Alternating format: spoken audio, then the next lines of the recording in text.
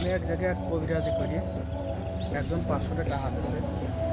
তা 500 টাকার মধ্যে 200 টাকা ছিন্নি করেছি আর 300 টাকা আছে। এই আমার সম্পর্কে দাদা হয়, দাদাটা খুব অসহায়। দাদা ফল আছে না। ফল নেই, দাদার ইনকাম করা তো লোক নেই। তা আমার একজন এক জায়গায় কবিরাজি করেছি, তা 500 টাকা দিয়েছে। 500 টাকা দিয়ে 200 টাকা ছিন্নি করেছি আর নিয়ত করেছি তোমার দিতে হবে। ভালো। তা আমার দর্শকের কিছু হয়েছে, এ দেখেন 300, এই 300 টাকা রাখতে হবে।